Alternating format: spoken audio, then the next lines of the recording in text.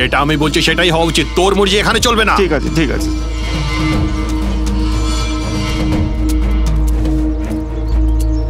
আমি এগোলাম। কি রে, নিজেকে হিরো মনে করেছিস? আমার লোকেদের উপর এফআইআর করছিস? স্যার ওটা যে কি হলো? আমি এটা ওটা কিছু শুনতে চাই না। বাকি সবার জন্য পুলিশ স্টেশন ওইখানে, তোর জন্য এইটা পুলিশ স্টেশন। প্রত্যেক মাসে সরকার যে বেতন তোকে দেয় তার থেকে বেশি আমি দিই। শুধু সেটাই নয়, তোর বিয়ে, তোর হানিমুন, কেন কলকাতায় যে তোর মাগির জন্য ফ্ল্যাটটা কিনে দিয়েছি সেটা কিন্তু আমার পয়সায়, মনে রাখবি, বুঝলি পাঠা? তোর ছেলের জন্মদিনের পার্টি করতিস না, সেই টাকাটাও কিন্তু আমার, মনে রাখবি। কিন্তু তুই সরকারের কাজ কিভাবে করবি সেটা আমি জানি না, ওটা তোর ব্যাপার, কিন্তু আমার কাজ মন দিয়ে করবি। ঠিক আছে স্যার।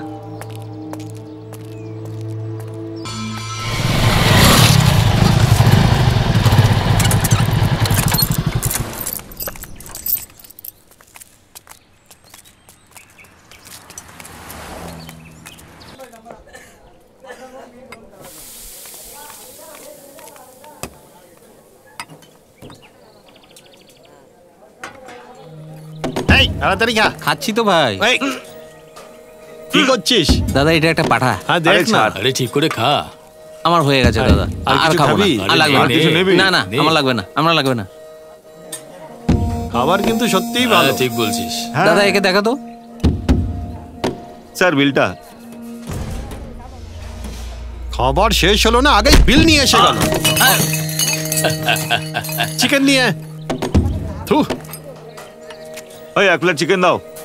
হ্যাঁ রে, দেখ না কি করছে দাদা, খুব খাও। স্যার আর কিছু লাগবে কি? কেন আবার মার খাবি নাকি? যা এখান থেকে। বোকা পাঠা একটা।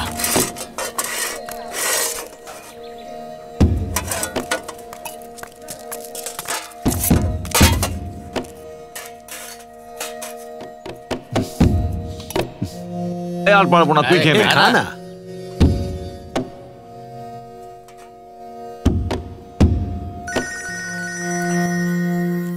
দাদা ফোন।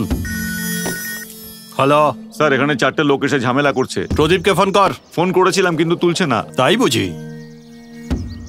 এই প্রদীপকে ফোন কর।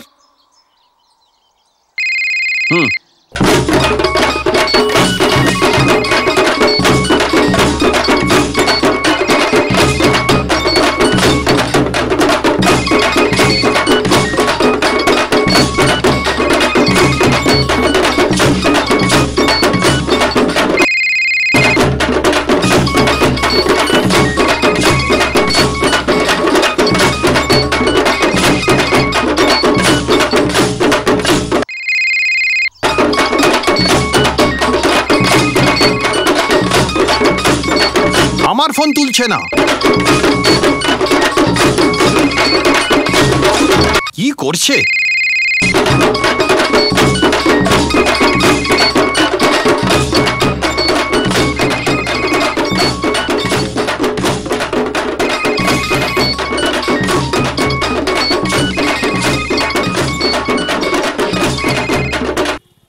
কি রে প্রদীপ, ভুলে গেলি নাকি?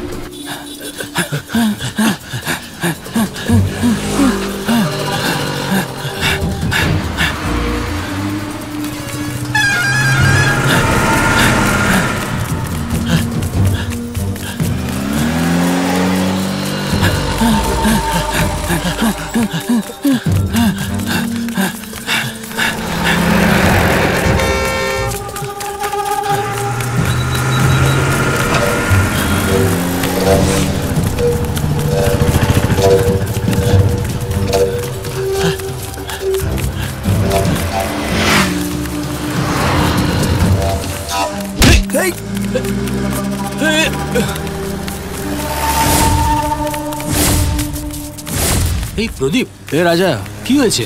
চল আমার সাথে।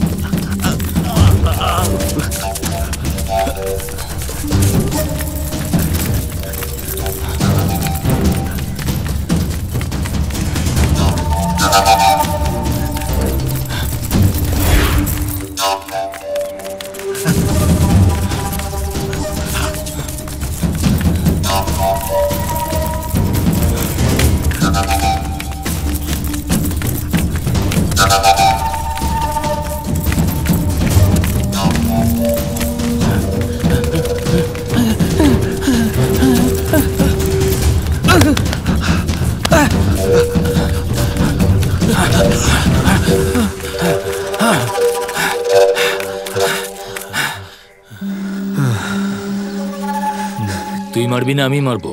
আমি পরিশান্ত হয়ে গেছি, তুই একাই ওদের জন্য বেশি।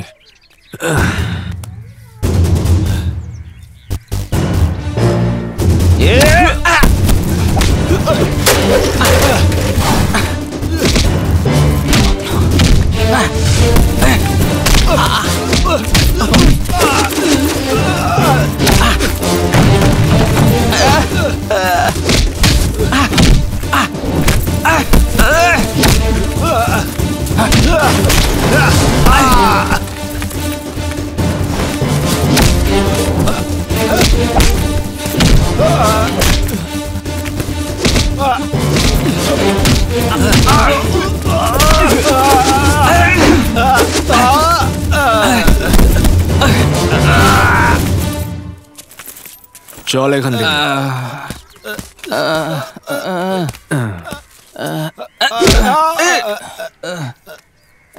কেমন আছিস রাজা? কি হয়েছে কি? এগুলো হোটেলে মাল খেয়ে ঝামেলা করছিল, এই জন্য মারার দরকার ছিল। ও আচ্ছা,